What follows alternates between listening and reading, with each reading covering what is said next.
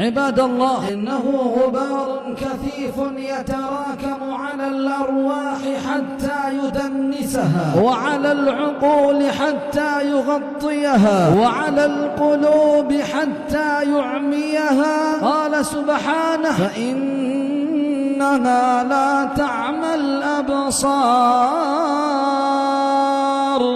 ولكن تعمى القلوب التي في الصدور. نعم عباد الله، نعم عباد الله، إنه غبار الغفلة، والغفلة هي الإعراض عن الله وعن آياته القرآنية والكونية، والاشتغال عما خلق له الإنسان باللهو والعصيان حتى يصير كالسكران أو الحيوان، كما قال الله تبارك وتعالى في كتابه الكريم: ولقد ذرأنا لجهنم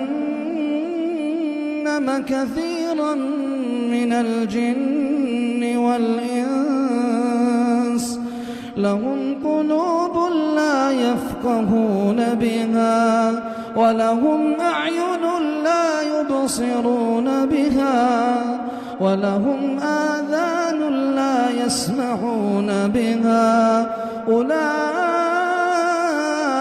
كالأنعام بل هم أضل أولئك هم الغافلون. نعم عباد الله، إنها الغفلة. ذكر عن عمر بن عبد العزيز رحمه الله أنه كان يقرأ قوله سبحانه وتعالى: أفرأيت إن متعناهم سنين ثم جاءهم ما كانوا يوعدون ما أغنى عنهم ما كانوا يمتعون.